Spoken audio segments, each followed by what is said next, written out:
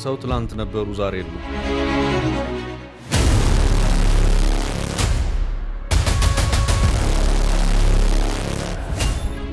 እየተናገርን ያለነው ስለ ኢራን መንፈሳዊ መሪ አያቶላ አሊ ኻሜኔ ነው። We're getting information from Israeli sources that the Ayatollah is dead. የኢራኑ መንፈሳዊ መሪ አሊ ኻሜኔ ተገደሉ መሆኑን መረጃዎች ወጥተዋል። ይህ ሰው በኢራን ፖለቲካ ውስጥ እጅግ አነጋጋሪና የኢራን ቁልፍ በእጃቸው ያለ ሰው ነበሩ። በዚህች ዓለም ምንም ቋሚ ነገር የለም። ኢራንን 40 ዓመት ለሚጠጋ ያህል አንቀጥቅጠው የገዙት ኻሜኔ ዛሬ የሉ። ከቀናት በፊት አገዛዜን ተቃወሙ ያሏቸውን ወጣቶች የፊጥኛ አስረው በፖሊስ ቆመጥ በማስደብደብ በእግራቸው ቆሞ እንዳይሄዱ አድርገዋል። ይህ ሰው በእርግጥም ዛሬ ግን የሉ። ከቀናት በፊት ወጣት የዩኒቨርሲቲ ተማሪዎች መንግስቴን ተቃወሙ ብለው በስቅላት እንዲቀጡ ፈርደውባቸዋል። ሆኖም ይህ ሰው ዛሬ ግን አስክሬናቸው ፍርስራሽ ውስጥ ተቀብሯል። ዓለም አቀፍ የዜና አውታሮችም የእሳቸውን መገደል በሰበር ዜናዎቻቸው እያስተጋቡት ይገኛሉ። Breaking news again coming from Israeli sources that the Ayatollah, the supreme leader of Iran, is dead. Being told that the US President Donald Trump has now said that Ali Khamenei, Iran's supreme leader, is indeed dead. This assessment coming from the President of the United States. አሜሪካና እስራኤል በኢራን ላይ ጥቃትን ለመፈጸም ሲነሱ የጥቃት ኢላማ አድርገው ከያዟቸው ቁልፍ ሰዎች መካከል በቁጥር አንድነት የተያዙት አሊ ኻሜኔ ነበሩ። እሳቸውንም ለመግደል በመሃል ቴህራን የሚገኘው ግዙፉን ቤተመንግስታቸውን በ900 ጥቃት ደጋግሞ በአየርና በሚሳኤል መደብደብ ግድ ብሏቸዋል። ይህ የኻሜኔ ቤተመንግስት አንድ ቀን ጥቃት ቢፈጸም በሚል በልዩ የኮንክሪት ምሽግና የውስጥ ለውስጥ መተላለፊያ ዋሻ የተገነባም ነበር። ነገር ግን ቀናቸው አንድ ጊዜ እዚያች ዕለት ላይ አበቃ ተብሏልና ኻሜኔ በ86 ዓመታቸው በፍርስራሽ ውስጥ መቀበር ግድ ብሏቸዋል። በዚህ ጥቃት እሳቸውን ጨምሮ በርካታ የኢራን ቁልፍ ወታደራዊና ፖለቲካዊ አመራሮች እንደተገደሉም መረጃዎች እየወጡ ይገኛሉ።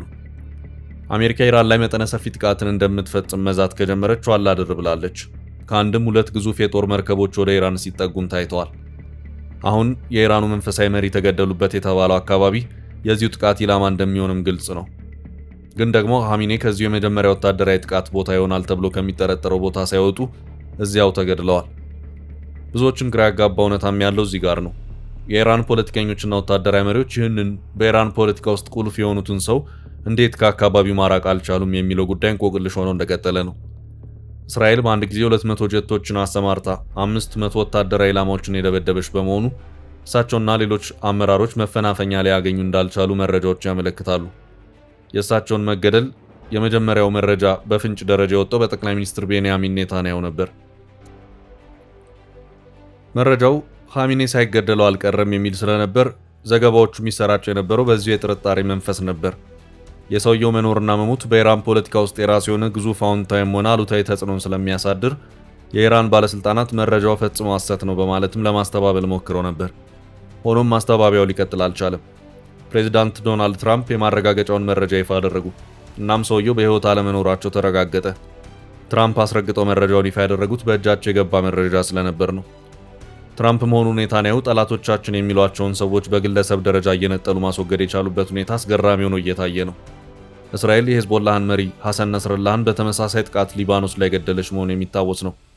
ትራምፕ የቬኔዙዌላውን ፕሬዝዳንት ኒኮላስ ማዱሮን ከቤተ መንግስታቸው ማንቁርታቸውን አስይዘው በኒውዮርክ ማንሃታን ወህኒ ቤት ወርውረዋቸዋል። በርካታ የሐማስ መሪዎችም እየተለዩ በእስራኤል ጥቃት ተገድለዋል። የኢራን ወታደራዊ አመራሮችም ሳይቀሩ የእስራኤል የጥቃት ኢላማ ሆነው አንድ በአንድ የተወገዱበት ሁኔታ ታይቷል። ነገሩ ይህ እንዴት ሊሆን ቻለ የሚያስብል እንቆቅልሽ ሆኖ እንደቀጠለ ይገኛል። የአያቶላ አሊ ኻሜኔ ግድያ በዚህ ደረጃ ከተመለከት ነው። አሁን ደግሞ እሳቸውን ለዚህ ያበቃቸውን ታሪክ ወደ ኋላ ሄደን ጥቂት እንዳሰው። በውስጡ ብዙ አስገራሚ ታሪኮች አሉት።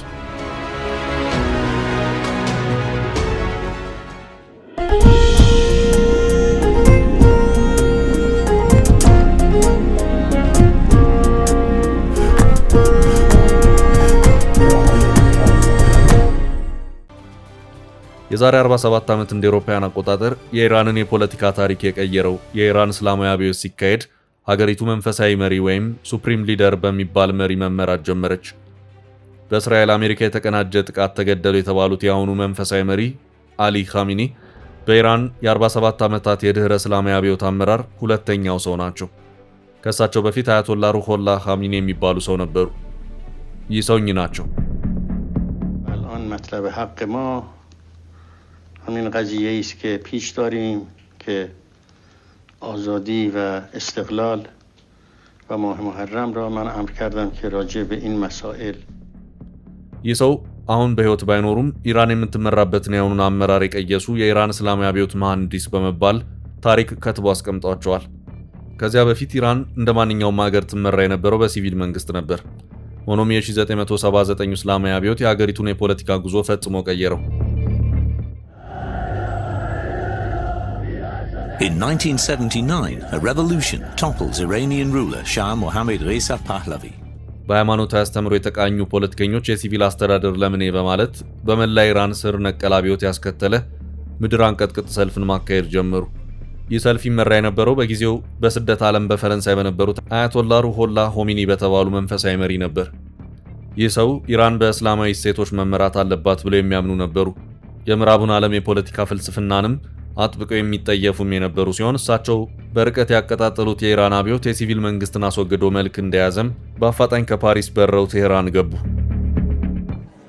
After 14 years of exile, Khomeini now steps onto Iranian soil again. በኢራን የአውሮፓውያን አቆጣጠር በ1979 የፈነዳው እስላማዊ አብዮት የሀገሪቱን መንግስትነት እስከ ተቆጣጠረበት ጊዜ ድረስ ሀገሪቱ ትመራ የነበረው በንጉሳዊ ስርዓት ነበር። በተለይ ደግሞ በመጨረሻው ንጉስ ሻህ መሐመድ ሬዛ ፓህላቪ ጊዜ የኢራንና የምዕራባውያኑ ግንኙነት የሞቀና የደራ ነበር። ከዚያ ቀደም ብሎ ኢራንን በጠቅላይ ሚኒስትርነት ሲያስተዳድር የነበረው መሐመድ ሞሴዴ የተባለ ጠቅላይ ሚኒስትር ነበር። በጊዜው የኢራን ነዳጅ የተገኘበትና ሀገሪቱም ወደ ሀብት ማማ እየተሸጋገረች የነበረበት የለውጥና የተስፋ ዘመን ነበር። ነዳጁን በማውጣቱ ሂደት ሀብቱን የተቆጣጠሩት ደግሞ እንግሊዞችና አሜሪካውያን ናቸው። መሐመድ ሞሴዴ የአሜሪካንና የእንግሊዝን የነዳጅ ቁጥጥር አልወደደውም። የነዳጅ ኩባንያዎቹን አባሮ ሀብቱን በመንግስት ቁጥጥር ስር አደረገ። እዚህ ነጥብ ላይ ምዕራባውያንና ጠቅላይ ሚኒስትሩ ተለያዩ። እናም እንደ አውሮፓውያን አቆጣጠር በ1953 እንግሊዝና አሜሪካ ያቀነባበሩት የተሳካ መፈንቅለ መንግስት በጠቅላይ ሚኒስትሩ ላይ ተካሄደ። ከዚያም ቤተሰቡ ለረጅም ዓመታት ኢራንን የገዛው ንጉሳዊ ቤተሰብ አባል የሆነውና ተራማጅ ነው የሚባልለት መሐመድ ሬዛ ፓህላቪ ኢራንን ማስተዳደር ጀመረ። ከምዕራባውያኑ ሀገራት በተለይም ከአሜሪካ ጋር እጅና ጓንት ሆነ። የባህል የፖለቲካና የኢኮኖሚ ለውጦች ተካሄዱ። ኢኮኖሚው በስፋት አደገ። የኢራን እስራኤል ግንኙነት፣ የኢራን ምዕራባውያን ግንኙነት አብቦ ፈካ። ቲያትር ቤቶች፣ የመዝናኛ የውሃ ዳር ቢቾች፣ ፊልም ቤቶች፣ የምሽት መዝናኛ ቤቶች ወይም ናይት ክለቦች ኢራንን በስፋት አጥለቀለቋት። ይህም የተካሄደው ዋይት ሪቮሉሽን ወይም ነጩ አብዮት በሚለው ስር ነቀል ለውጥ ነበር። Iran, a unique endeavor. በሃይማኖት አጥባቂዎች በኩል ይሄ ነጭ የኢራን አብዮት አልተወደደም። የሀገሪቱ መሪ ኢኮኖሚውን ለቀቅ አድርጎ የባህል ለውጡን በምዕራባውያኑ ቅኝት እንዲሄድ ቢያደርግም በፖለቲካው በኩል የነበረው ቁጥጥርም ከባድ ነበር። ከዚህ ባለፈም በሀገሪቱ ሙስና መስፋፋቱ ሀገሬውን የበለጠ አማረረው። እናም አብዮት አይቀሬ ሆነ። አብዮቱም በእስላማዊ ሃይማኖት መሪዎች መሪነት የሚቀነቀን ሆነ። ይህም የ1979ን የኢራን እስላማዊ አብዮት ወለደ። In 1979, a revolution topples Iranian ruler Shah Mohammad Reza Pahlavi. በመሃል በ1979 የፈነዳው የኢራን እስላማዊ አብዮት ሁሉንም ነገር ቀያየረው። በዚሁ ለውጥ አቀንቃኞች ለዘመናት የቆየው የኢራን ንጉሳዊ ስርዓት እንዲያከትም አደረጉ። በዚሁ አብዮትም ተከታታይነት ባላቸው የኢራን ንጉሳዊ አስተዳደር ውስጥ የመጨረሻው ንጉስ የነበረው ሻህ መሐመድ ሬዛ ፓህላቪ አገዛዝ እንዲወገድ ተደረገ። በምትኩም የአብዮቱ አቀንቃኞች ስልጣኑን ተቆጣጠሩት። በዚህ ወቅትም ሻህ መሐመድ ሬዛ ፓህላቪ ኢራንን ለአሜሪካና ምዕራባውያን የሸጠ ከሃዲ ተደርጎ መወቀስ ጀመረ። የኢራን የውጭ ፖሊሲዎች መለወጥ ጀመሩ። ከአለባበስ እስከ ፖለቲካ ተሳትፎ ድረስ ሁሉም ነገር በሃይማኖት ቅኝት ብቻ እንዲታይ ተደረገ።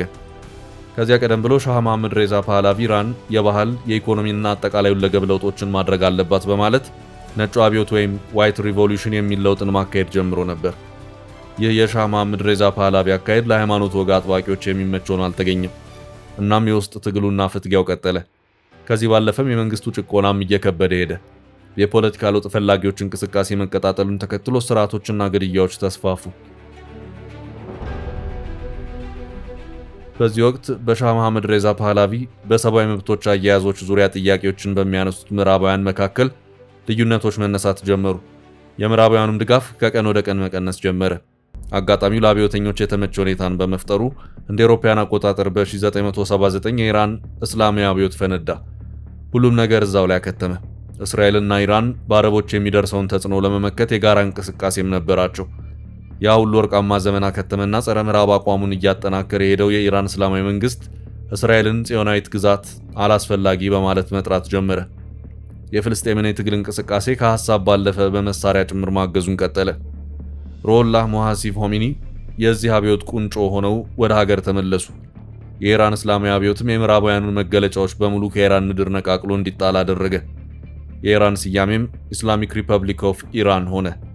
ቴህራን በሚገኘው የአሜሪካ ኤምባሲ ላይ ሳይቀር ወረራ ተፈጽሞ ዲፕሎማቶች ታገቱ።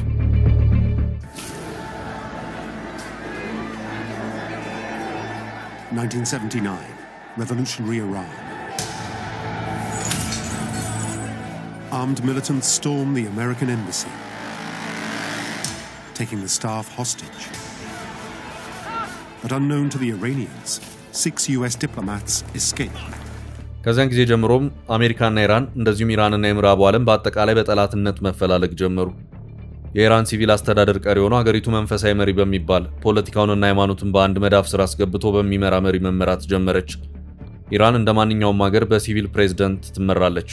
ሆኖም ፕሬዝዳንቱ በሁሉም ነገር ላይ ፍጹም የሆነ ስልጣን የለውም። የመጨረሻው የሀገሪቱ የስልጣን ቁልፍ ያለው በመንፈሳዊው መሪ ወይም ሱፕሪም ሊደር በሚባለው እጅ ነው። የአሁኑ አሊ ሆሚኒ የቀድሞውን አያቶላ ሩሆላህ ሆሚኒን ተክተው የኢራን መንፈሳዊ መሪ የሆኑት እንደ አውሮፓውያን አቆጣጠር በ1989 ነበር። ይህም የዛሬ 37 ዓመት እንደማለት ነው። በእነዚህ 4 አስርት ዓመታት ለሚጠጉ ጊዜያት በኢራን በርካታ መሪዎች ቢለዋወጡም መንፈሳዊ መሪው ግን ያውና ያው ናቸው። የሚመጣውን የኢራን ፕሬዝዳንት ከጀርባ ሆነው እያዘዙና እያሽቆጠቆጡ ለ4 አስርት ዓመታት ያህል ቀጥለዋል።